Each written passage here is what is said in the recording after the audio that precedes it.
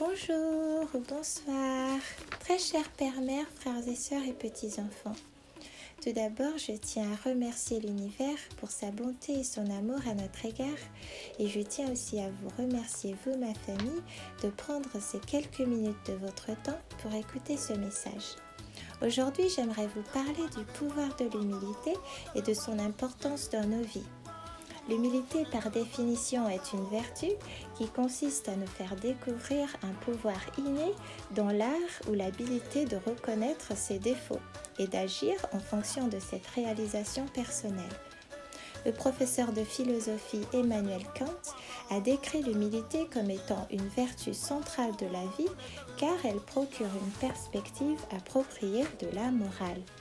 Et selon André Comte de Sponville, l'humilité, c'est aimer la vérité plus que soi. Selon l'encyclopédie de l'Angora, l'humilité est une forme de purification qui a lieu lorsque quelqu'un, sans aller jusqu'au mépris de soi-même, connaît sa propre imperfection. L'humilité provient du mot humilitas, source étymologique du mot homos qui désigne la terre et qui se traduit par le mot homme. Ce qui nous ramène d'ailleurs à la notion selon laquelle l'humilité est une qualité primordiale et humaine. Selon la Bible, l'humilité est une qualité requise pour la connaissance et le développement personnel. Pour être grand, il faut d'abord apprendre à se faire petit.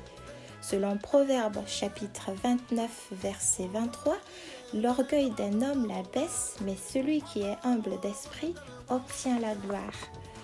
L'humilité dans le sens communautaire nous aide aussi à tisser des liens humanistes dans un monde dans lequel l'individualisme est prominent. Ceci dit, nous sommes tous un et la séparation n'est en somme qu'une illusion. L'humilité ordonne le respect parce que l'humilité est la capacité d'apprécier la vie à sa juste valeur.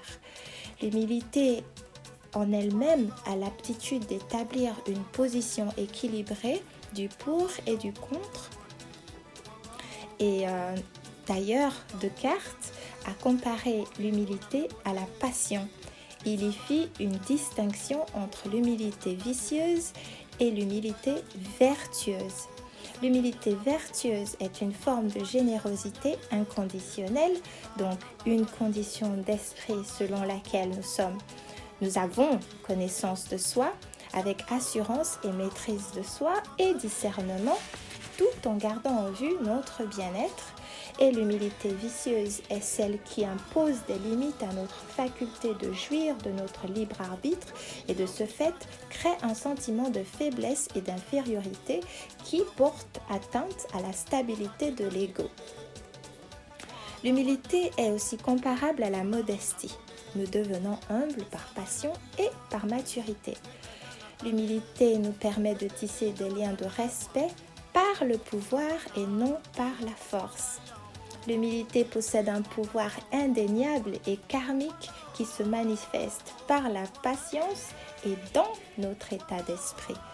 Elle est aussi une forte protection spirituelle qui paraît à l'anxiété, à la dépression et au sentiment d'exclusion. Et qui, par-dessus tout, elle fortifie notre estime de soi. Au fil du temps, l'humilité apporte une stabilité et un réconfort sans égal. L'humilité est un art qui se pratique par la maîtrise de soi et le désir pour la connaissance de soi, qui nous permet d'ailleurs de naviguer avec tact dans l'espace de vérité établi par l'univers. En pratiquant l'humilité, nous reconnaîtrons que nous sommes tous humains. Et l'humilité nous aide à élever notre esprit et nous donne une vision claire de notre regard spirituel sur nous-mêmes. L'univers par amour nous a fait don de cette protection pour nous permettre d'accomplir des exploits qui dépassent l'entendement. Car l'humilité accorde la foi et donne la puissance au succès. Je vous remercie tous, je vous embrasse très fort, en amour par amour. Prenez soin de vous. Merci.